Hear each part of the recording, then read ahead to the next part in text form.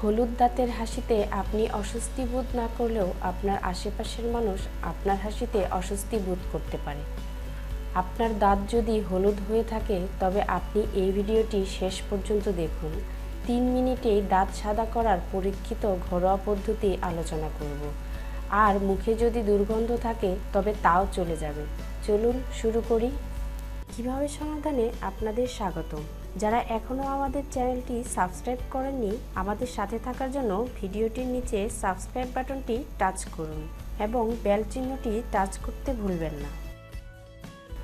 মাত্র 3 মিনিটেই হলুদ দাঁত ঝকঝকে সাদা করতে মাত্র 2টি ঘরোয়া জিনিস লাগবে: বেকিং সোডা বা খাবার সোডা, দ্বিতীয়টি লেবু। প্রথমে একটি পাত্রে 1 চা চামচ বেকিং সোডা নিন। এবার তাতে মিশিয়ে নিন অর্ধেক লেবুর রস। এরপর মিশ্রণটি ভালোভাবে মিশিয়ে নিন। মিশ্রণটি প্রাথমিকভাবে ফেনা ফেনা আকার ধারণ করবে, কিন্তু কিছুক্ষণ পরেই দেখবেন মিশ্রণটি ঘন তরলের মতো হয়ে গেছে। এবার এই তরল আঙ্গুল নিয়ে দাঁতের উপর লাগিয়ে দিন। দাঁত মাজার মতো করে দাঁতে মিশ্রণটি ঘষার প্রয়োজন নেই। মিশ্রণটি শুধু লাগিয়ে রাখুন দাঁতের উপরে। 3 মিনিট পর কুলকুচি করে মুখ ধুয়ে ফেলুন। আপনার হলুদ দাঁত সাদা হয়ে গেছে। এবার তাকান আয়নার দিকে। কাজটা আরও একটু সহজ করতে চাইলে প্রতিদিন সকালে টুথপেস্টের সঙ্গে অল্প করে বেকিং সোডা মিশিয়ে দাঁত ব্রাশ করুন। তারপর গরম পানি দিয়ে ভালোভাবে কুলকুচি করে মুখ ধুয়ে নিন। সপ্তাহে 1 থেকে 2 বার এই ঘরোয়া পদ্ধতি কাজে লাগালে আপনার দাঁত সাদা থাকবে সবসময়।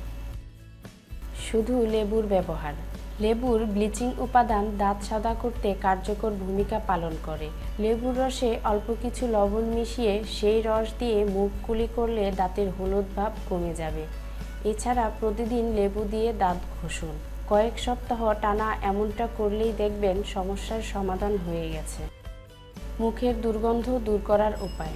সকালে নাস্তার পর অল্প একটু বেকিং সোডা নিয়ে জিহ্বা ব্রাশ করুন। সাথে দাঁত আবার ব্রাশ করে নিন, তবে জিহ্বাটাই একটু বেশি সময় ব্রাশ করুন। সারাদিন আপনার মুখে দুর্গন্ধ থাকবে না। নিজের যত্ন নিন, সুস্থ থাকুন। ভিডিওটি ভালো লাগলে আমাদের চ্যানেলটি সাবস্ক্রাইব করুন এবং নতুন ভিডিওর নোটিফিকেশন পেতে বেল চিহ্নতে টাচ করুন।